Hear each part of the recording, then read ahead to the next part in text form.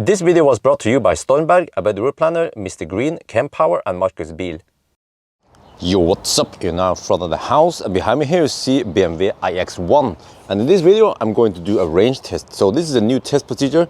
We just charged the car to 100% in the garage, and I'm going to measure the battery capacity and also how much the car consumes. So you see, charging ended. Yeah, the plan is to use Morten's account, but the plan is to drive to the north. I'll show you. We are here at Alnabru, the V1 house. We will just drive and then go to Dal, is over here, and then we do the consumption tests. But we'll also at the same time measure the battery capacity. So what I need to do is to reset this one, and then we count how many kilowatt hour we spend total. And so on. So I guess I'll just reset and then off we go. All right, we're on the move. So we have a nice day today. Wow, 12.5 degrees Celsius. Finally, we get 2-digit temperatures here in Norway. Oh, so yeah, first step is just to drive over to Dal, and now it's not too important how fast or slow we are driving. So we are just counting kilowatt hour, not watt hour per kilometer right now. All right, we have arrived at Ioniq, our measuring start point for the measuring. So yes, you can see here that we have some trip meters. We have since individual, since factory. Okay. And here, since last charge, this one will automatically reset once we plug in again. So we will of course not do that. So we will just reset this one since individual, and then we do the 120 test. All right, nice weather today. Yeah, doing the 120, and to be realistic, we have to hug the left lane all the way, because this is how BMW drivers drive. So I can't drive on the right lane, and then we might get a different result, and then people who buy this car, they'll be like, huh? Why wasn't the range as expected according to the test that Bjørn did, right? So yeah, okay, that's how we do it, that's how we roll. So it will just be 70, I think it's a 70 kilometer loop round trip. So well, there's still some snow left, but most of it is gone now, finally. Oh, we are in the second half of April after all. And then how is the ride? Well, it actually rides surprisingly good, but it is the ultimate driving machine anyway. So, but I just came from the BMW i7, so of course the iX1 here appears to be a little bit noisy. Well, okay, we are on rough Norwegian asphalt, but we have Continental Viking Contact 7 studless winter tires, so they should be fairly quiet. But I guess, yeah, rough asphalt kinda makes a little noise. But fortunately, this is not too representative for the rest of Europe. Actually, let me try the right lane. I think the right lane is smoother. Oh yeah, okay. Let me try, if I go off center a bit. There, now this is the smoothest, and get right over here. So now you guys get an impression of how it is. It is fairly quiet. It's on par with the top quiet cars. Yeah, well, top upper half, something like that. You know, it's in like the upper or the quarter top something in the list that I've tested. So and it's quite comfortable. Ride also has a little bit, maybe I don't know how to put this, maybe some bouncy feel on it. Despite being a crossover, it doesn't feel too much bolt. So, but that's in general what I experienced with the BMW. They have nice ride, and they have this sporty feel on everything, versus, for example, Mercedes, that tends to be a bit bolt. And then Audi, yeah, that's Audi. Yeah, so I like it. I like it a lot. Let's see now how efficient it is then. Okay, let's see. Oh, we have headwind. Quite strong headwind according to the windsock. Yeah. So Mjøsa is a bit windy today, but it's usually typically windy right at this area here is a bit wide open, but in the woods it's not that strong. You can see here, yeah, they have fixed the windsock finally. Whoa. So that's probably why the consumption is a bit high right now, 247 watt hour per kilometer. Yeah, this car actually shows watt hour per kilometer, huh? You see? Just like Tesla, this is the right way to do it. But yeah, so I have to cruise 122 now. We are of course using B mode because that's the most efficient mode on the motorway. And we will drive, let me see, one more exit after this one. I'm not sure, this one, yeah, I think I will turn around at Strandlisja. So, wow, there's still some snow in the hills over there. But at least here in the lowland, well, low-ish lands, then no more snow. And of course, dry road. And then over here, it's 8.5 degrees Celsius. It was 11 degrees at Nebbenes. So I guess we just, as usual, take an average, probably 10 degrees or something like that. Wow, 229 watt per kilometer. That is better than the iX3, which is a bigger car. Okay, but rear-wheel drive. This is all-wheel drive. And temp over here is 11.5 degrees. All right, so this time we cruise at 92 on the speedo. And I already measured the distance error on 1,000 kilometer challenge. This car measures it perfectly. I mean, it's 0.2% off. So that means that I don't have to go all the way to Rudshøgda and back again, my normal stretch where I measure distance error. But I can show now that I will go to, it's, you know, Mjøstårnet. Yeah, I will go over there. I want to do the rolling test, or what they will call it, the coasting test at least. But now the car estimates that I will get there and I will arrive where I have 56%. And if I get over there, I had 28%, really? So round trip, I will end up with almost no juice left. Ooh, maybe the car has been adjusted for me driving fast and now I'm driving slow. So I guess we'll see once we get closer there, whether we go there or not. I could turn around at Hamar before, yeah, let's see. But okay, so first thing we'll do is check the weight of this car. I saw that the scale was actually not kaput today. That's good. And as always, remember to ABC. Always buy Solo. Oh yeah, let's try.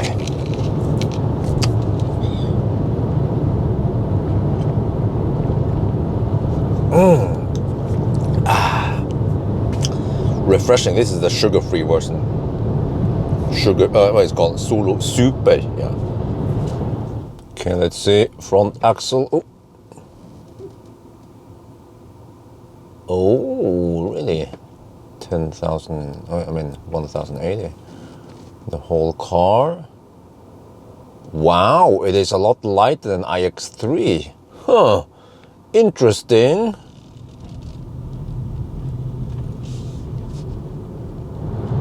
Wow, the consumption is 169. iX3 is 168.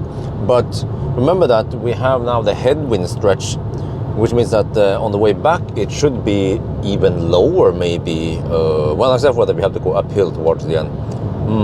This is going to be an interesting run, man.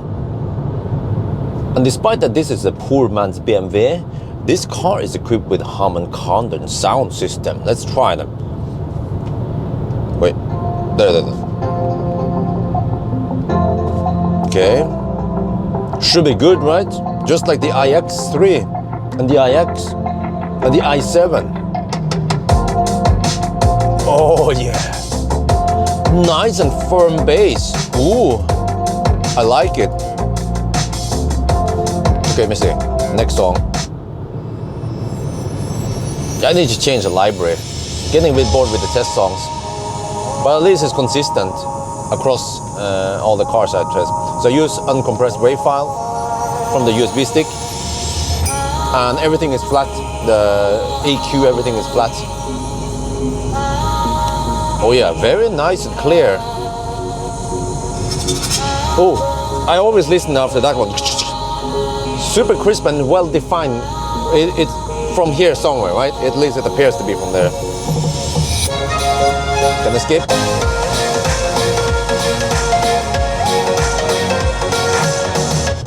Wait.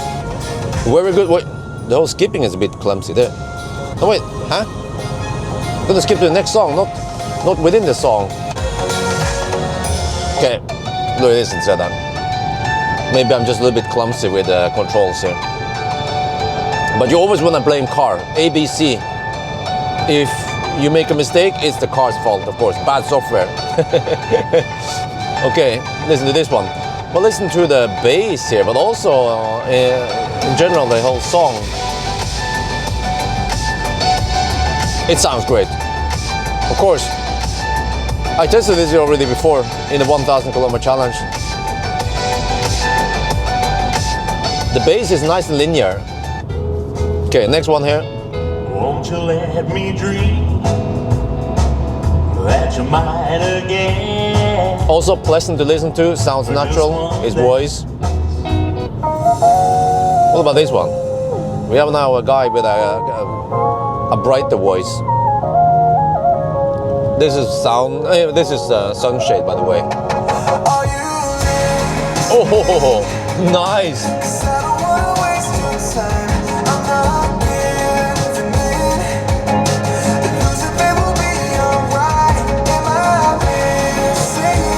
Yeah, it sounds awesome.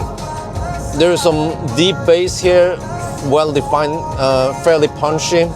Maybe it doesn't go as deep as some of the other systems, but still pretty deep, yeah. Last one, we will hear rattling in the door. We will listen for rattling in the door, but it's a German auto, you know. This test is almost not necessary because German autos is the best.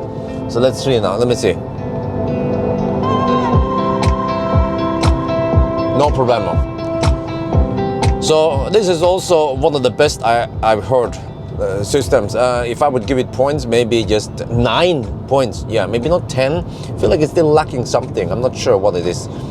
Yeah. Maybe because, well, it's not the car's blame. Maybe because it doesn't have the most quiet cabin, or I don't know, it's semi-boxy, something like that. But yeah, I still feel like the EQS was still the top for some reason. But okay, 9 is still very good for poor man's BMW. Okay, let's do the coasting test. So I have to wait until we start regenning before I put it there. Okay, now I put it in neutral. Some cars might have no regen option or something like that. But the problem is that even if you are just coasting in no regen and you are in drive, then the car might activate some smart regen. So that's why I always use neutral to avoid any of that kicking in. So yeah, we're picking up speed now. Ooh, this is looking good. And I think over here we might not have too much headwind. Yeah, we can check for when we are further down there. Wow, we're picking up speed fast despite being a crossover. Yeah. This is exactly what I experienced with the BMW, is that they seem to have low friction in the drivetrain. This applies to all the other BMWs I tried in the past also. Same with the iX even, the bigger ones. And also, yeah, iX3, the rear-wheel drive. So this one seems to be no exception. We actually hit some nice speeds. But will it be enough? Is it hot enough outside? It's 11.5 degrees over here.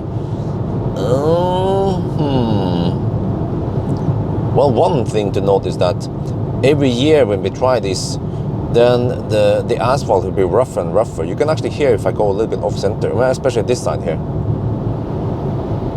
See? Suddenly we have less noise, less rumbling, and that means smoother asphalt. And it should also mean slightly less rolling resistance versus here, where everyone drives. So, but fortunately we have fairly soft tires, Continental Viking Contact 7, so maybe they just kind of even out and smoothen out. Look at the wind over here. Okay, there's still some wind, but not as strong as in at Minnesota. But yeah, okay, there we hit 90 kilometers per hour. All right, so yeah, it still couldn't beat the record. We need a car with low rolling resistance, right? Or low friction in the drivetrain. Probably a Tesla, and also high mass, but also low drag coefficient. Yeah, maybe Model S Plaid is a very good candidate. Yeah, I should take the Plaid here and see. Maybe try to find a day with some tailwind. That'd be the best. Yeah. Of course. ABC always be cheating. Okay, so normally I would go further before I turn around, but now I just turn around here. Yeah, then go back to Circle K. Wow, 166 watt-hour per kilometer. Ooh, looking good. So now we're heading back to Dar. 45 minutes, 81 kilometers from here. And you see, this is very nice. I navigated to Circle K, not to the fast charger. I don't want it to preheat and use more energy. But now the car estimates that we will run with 5%. You know, just the fact that it does some kind of estimation and tells me roughly how many percent I will arrive with, that gives the driver a sense of safety that we can make it there. Or, of course, if I would navigate too far away, there will also be some warnings that, oh, you can't make it there. So cars that has this feature today, I feel like they are way better as an EV than other cars that doesn't have this feature at all. Wow, look at this, 160 watt-hour per kilometer. And then over here, it's 12.5 degrees Celsius now. Yeah, this is better than iX3, and this is even xDrive, you know, all-wheel drive, dual motor stuff. Okay, so now I have 15% left. I'm going to drive it down even deeper because we need to figure out how many kilowatt hour we have, so we can check, since the last charge, how much we spent so far. Yeah, so we have to drive it a little bit more, but let's see now. So, now actually we can switch over to since last charge, but now if I do this, no, actually, yeah, I can do, I'm not sure if I should navigate to Ioniq or manual, but if you do this and then we can just click here, HPC, show details. Yeah, it says Ioniq, all right? Okay, start. Usually when I do this with iX3 or the other cars, they will start preheating. Let me see, we need to switch over to the kilowatt hour per hour. It doesn't do anything. Wait. HVAC is off. Ambient drive even. Will it not preheat the battery? Maybe it figures out that it's warm enough. Okay, but let's drive a little bit nearby here. All right, we're almost done with the test now. So we are down to 4%. And even at 4%, we don't have any power limit here. Well, you can check, let me see. Full power. Okay, that's good. That should indicate that the battery is nice and warm then. Okay, we are done. So we take the consumption here, multiply by the distance, and then we also count the 2% left, and then we figure out how many kilowatt hour we get out of this battery. And we can then also figure out what the range is at 90 and 120 kilometers per hour. Okay, so now we're actually doing the charging test. You know, normally during winter I'll be semi-freezing in the car because we have to turn off HVAC while we are testing the charging. But now spring is here and I have to open the doors so it doesn't become too hot. Okay, but let me show you that this is how I do it. I just put a tripod here and then I'm recording the Ioniq screen. We can see here, if I zoom, can we see that one? Yeah, you kind of see it, right? 126 kilowatt. So that is, oh shit, I forgot. I had to do something here. Details. Yeah, okay, this one. Okay, so now we can see, well, you can even, maybe you can see it better there. Now, let me just try to zoom in here. I don't want to interfere with this one now. But look. You can see it here, you can't see it in the screen. Where I need to use my viewfinder. It's so, there. Look at the voltage. 297. This is the charging voltage. So if that means that the battery voltage is lower than this, probably around 285 maybe, or 290 volt. So somehow BMW designed this pack to have kind of low voltage, and this becomes a problem when you charge on 50 kilowatt, because then the limit in amps is just 125. So I've seen it. You get only 35 kilowatt on a 50 kilowatt charger. Yeah. So all right. Wait, 127. Is this max? Yeah, I think this is more or less max what you can achieve. That's why the car didn't want to preheat more. So range-wise, it looks like the iX1 is right on par with the Volvo XC40. XC40 is a bit thirsty, but has a bigger battery.